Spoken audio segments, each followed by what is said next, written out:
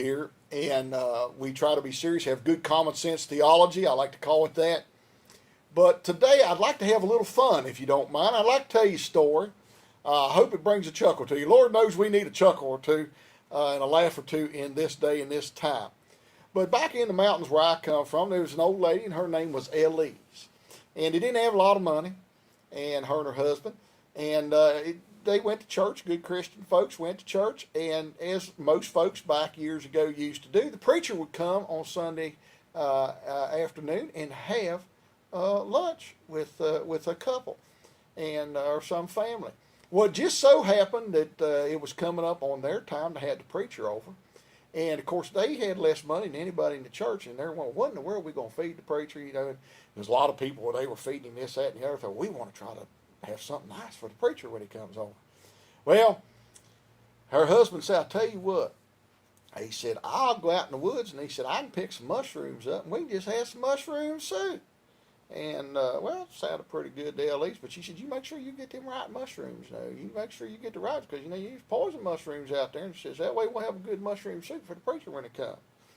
Well, he goes and he gets these mushrooms, brings them back, and got a big bundle of them, and says, okay, well, she gets ready to cook this mushroom soup. She's cooking it all up and everything else. And her friend was there helping her.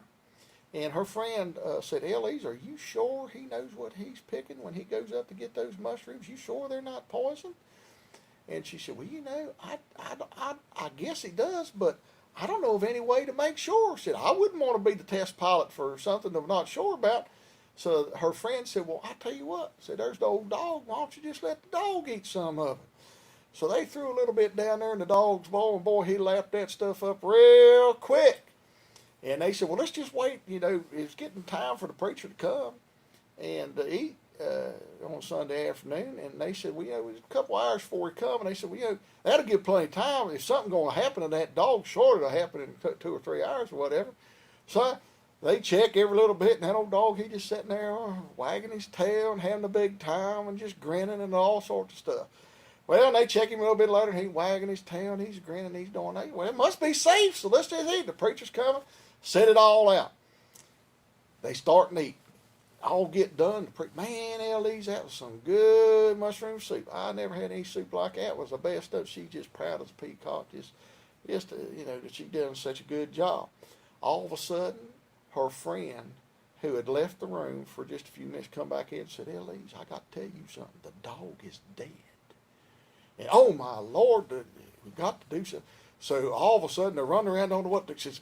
Call the ambulance. Call the ambulance. Get them in here. We got to get everybody, we got to do something. We're going to have them come pump everybody's stomach out. So hey, that's not a fun thing to get your stomach pumped out. So they all run.